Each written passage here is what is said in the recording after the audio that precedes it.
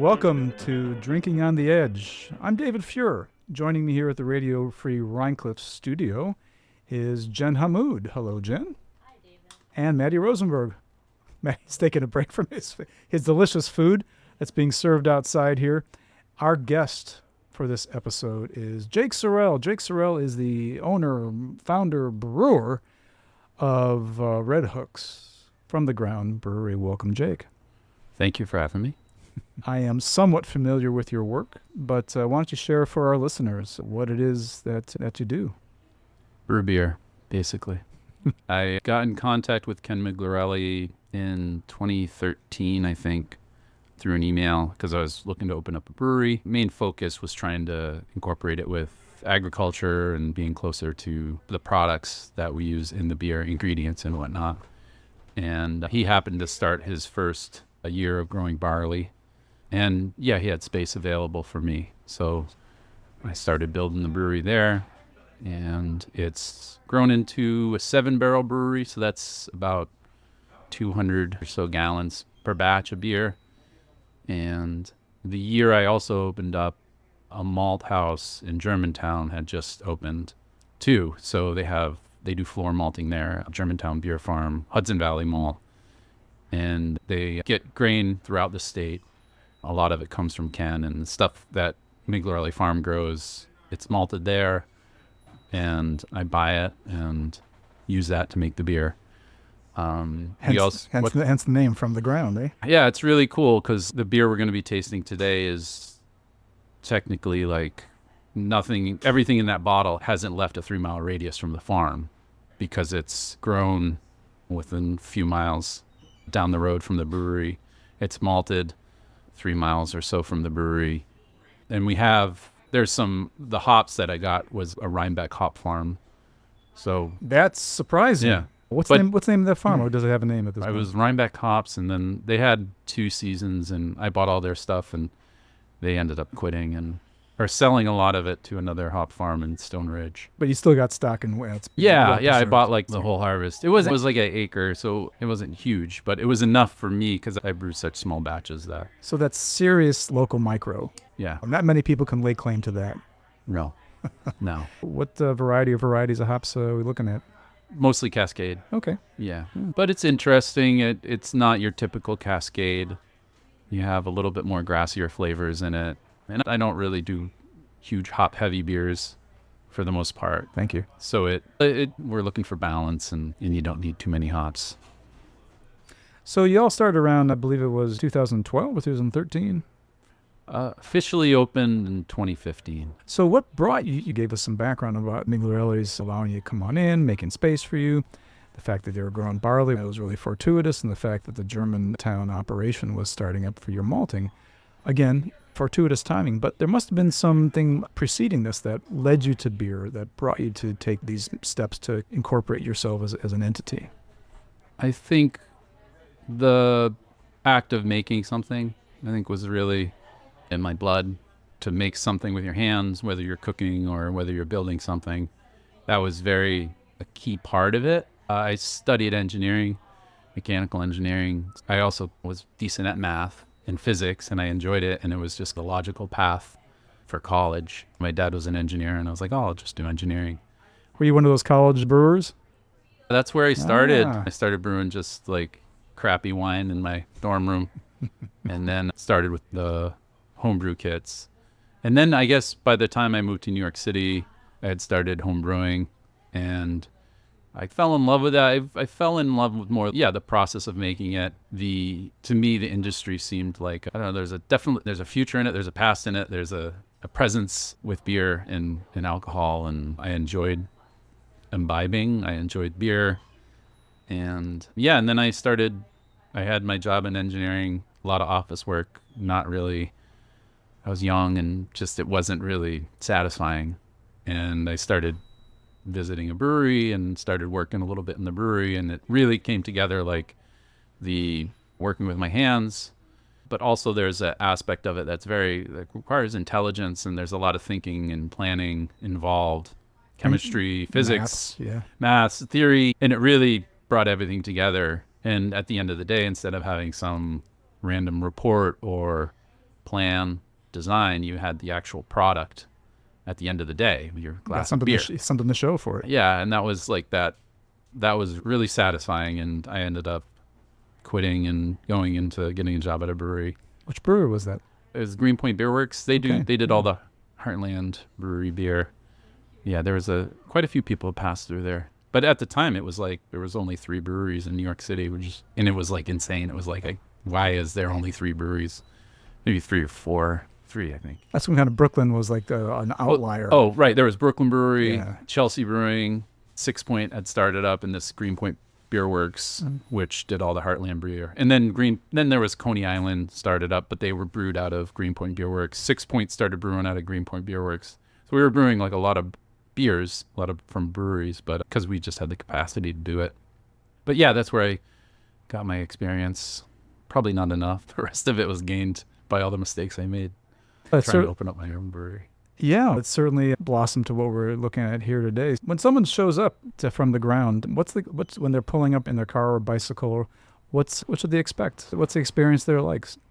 The brewery was it's a space underground in one of the packing houses, but a few years I would brew there. After a few years, I kept passing the rest of the orchard on Migliorelli Farm. It's like a 100-acre orchard, and there's these beautiful spots on it.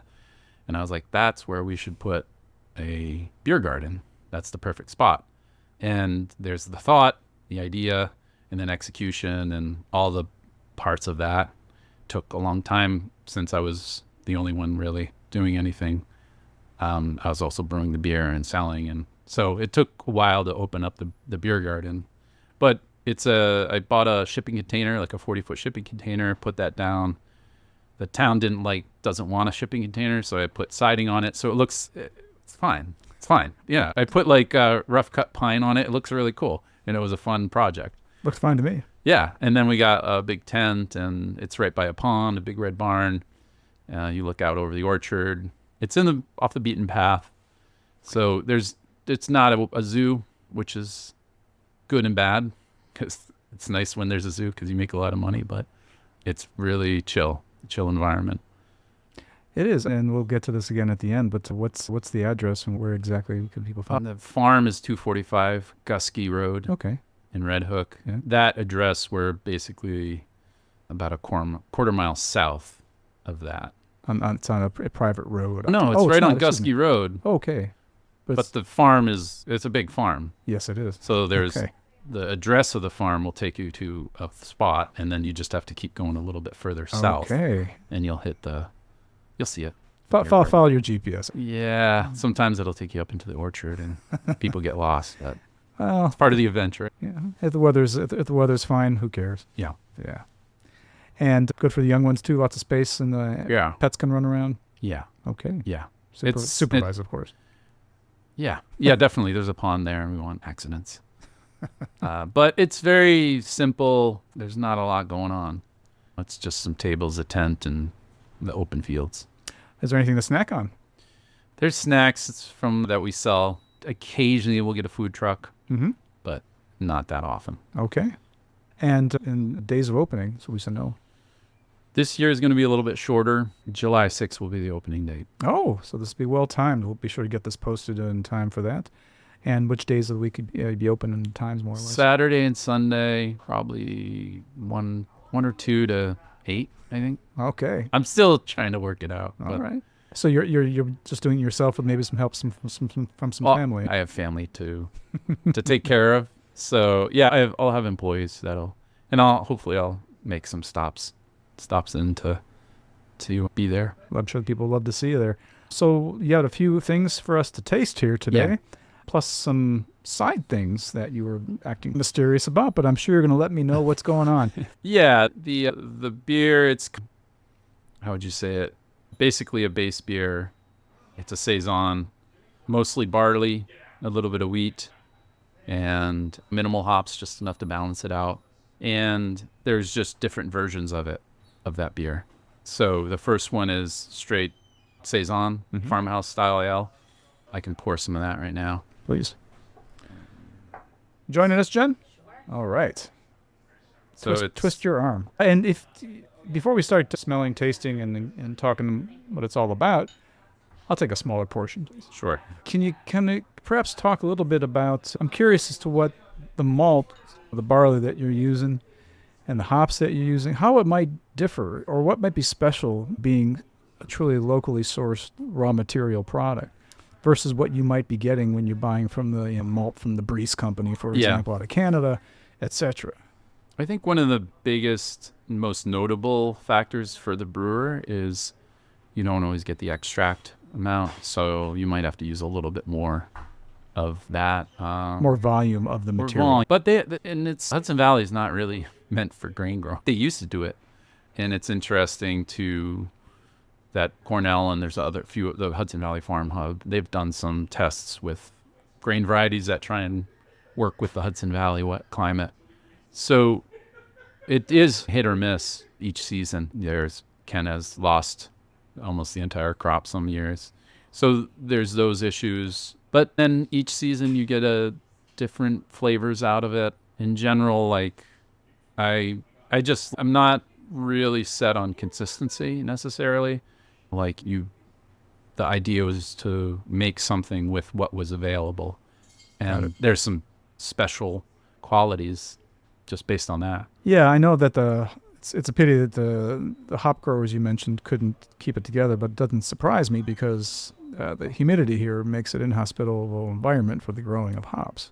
Same with barley. Mm. They're probably going to be harvesting generally around July, like the beginning of July, and you really need some dry days. But July, it's like today. You might have a freak storm that comes through, and the last thing you want is to get that kernel of barley wet, and sometimes it just starts germinating. You want to get it to a certain percentage of moisture. But Ken's doing a little bit better with equipment, like drying capabilities. So he can harvest it a little bit moister now. Mm-hmm. And as long as he gets it in the drying, he can get it down to that. I think it's 12%. And then it can keep a little bit better. Yeah, it's challenging. It's really challenging. They have the harder job than I do. We've had Kevin and Robin out of Branchwater Farms here in a previous podcast, and they were talking a bit about the travails of growing rye and wheat as well on their 20 acres or so.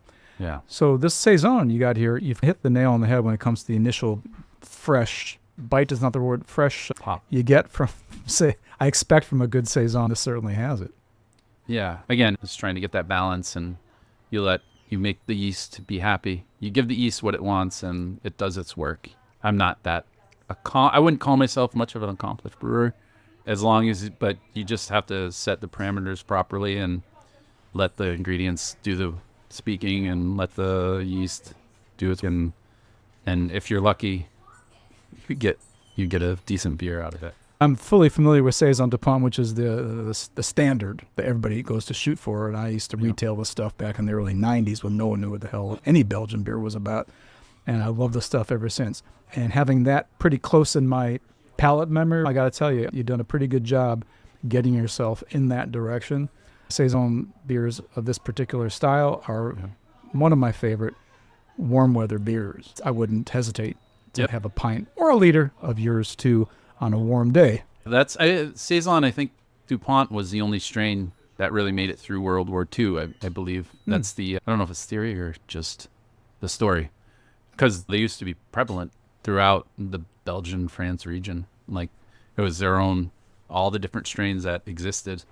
And the next beer might be within, I don't know. I think it exemplifies that possibly old world style, because it's basically actually, you know what? Let's do the honey next. And then we'll do the more kind of natural ferment afterward. This is more or less the same exact beer. This is 8%, so that extra percentage comes from the honey. And this is honey from Ray Towsey. Oh. Which you probably met at the farmer's market. I haven't met Ray. I was passing time with Kaylee Morrissey over there, who's his manager and quite an enthusiastic proponent of the Towsey wines. So he sells honey there, and that's the honey we use in this beer. And again, that's honeybees that do come to the orchard that the brewery's on. I'm sure it's a short fly for the bees. Might take them a couple hours to get over. Huh? For those of you unfamiliar, Towsey Winery is a tasting room at the very least. Is in Claremont, a little bit further north than Red Hook. That's already in Columbia County, isn't it? Yeah, it's Columbia County. Definitely got a bit of a honey smell here, to be sure. The saison aspect of it, the smell and the taste, is really diminished from the honey. It's covered up, but it's still there. And I would argue that it's a bit more complex of a beer because there's more going on.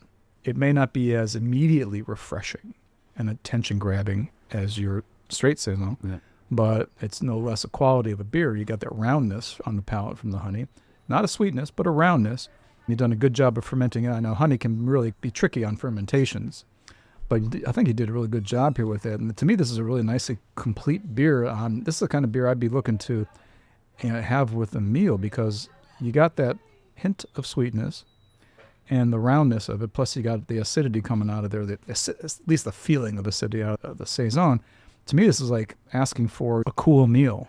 Chicken salad, corn on the cob, good summer food. I easily see drinking this with that kind of stuff. And also it's 8%, so it definitely, you don't need too much, and almost like can be like a dessert beer in a way. I suppose. Just like after, just pour a short glass. Some apple pie, perhaps. And let's move on to the third beer. The third beer. Oh, yeah, I guess I was talking about the older world. From writing and what you read about those older beers is it was a more natural kind of whatever happens will happen. So a lot of times they became a little bit more sour. And that's what happened at this batch. I let it go. It got a little bit of, I didn't have a tight seal on the fermenter. So it got some natural yeasts from around the farm into it. So what you got was like a bit of, it just got a little bit sour, a little kind of lemony. I find it interesting. I don't think it's like a full-on, it'd be hard to do a full-on like pint of it, but that's why I brought the grenadine, which is like a poor man's Berliner Weiss. There you go. But we'll see. By the way, when you're talking about Berliner Weiss, it's a very deceptive beer. It looks light and it's quite pale, and it's never really high in alcohol, but it's got a very strong, intense, dry sourness to it. And the people in Berlin, where the beer was invented and where it's made these days, they will put fruit syrups into it or something aromatic to take the edge off. Me, I love them au nature, au naturel. I love that fresh zip, slight astringent character to it. Again, for the summer, not something I'm going to drink on a cold winter's day when I go to any German town.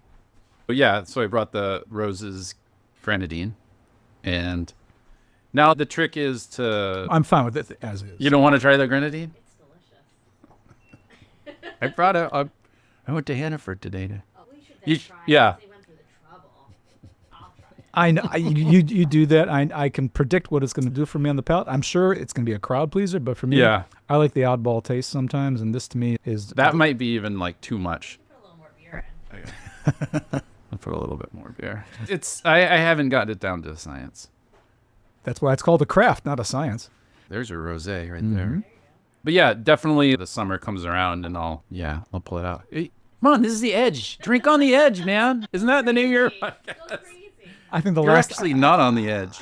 That's where you got the name Drinking on the Edge from your first days. Perhaps. We're also here at the edge of the Hudson River. You know what? I have to agree with this. This seems to me the beer by itself is a bit incomplete. It's not nearly as, well composed and delicious and easy to approach as the first two beers that we had. But it's okay. It's a project. Maybe it's something you're working on. Or, as Jenn says, it's delicious with a grenadine.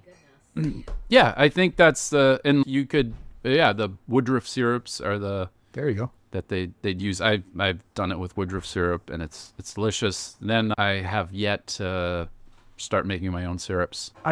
Just getting like, the idea would be natural syrups and just mix them with this beer. Because it's really interesting and it's fine, but again, it's hard to drink a whole pint, but if you had that extra kind of something, that extra, and a little bit of sweetness helps. You're missing out, man. You're missing out. To be honest, I don't drink anything sweet ever. Mm-hmm. And this balances it beautifully. You got the right amount then. If you could set me up with a shiso syrup, that your colleague makes. I'd gladly try it out. I'm a fan of shiso. I used to be able to harvest some that was growing wild here. Yeah. And I'd use it many times in salads. Never thought to use it as a cordial. Why not? Jake, once again, the address of your beer garden is? 245 Gusky Road, Red Hook, New York. And your website is? FromTheGroundBrewery.com. Is there a phone number there or not? It's just my personal cell phone. Okay, take it easy on him if you get a call.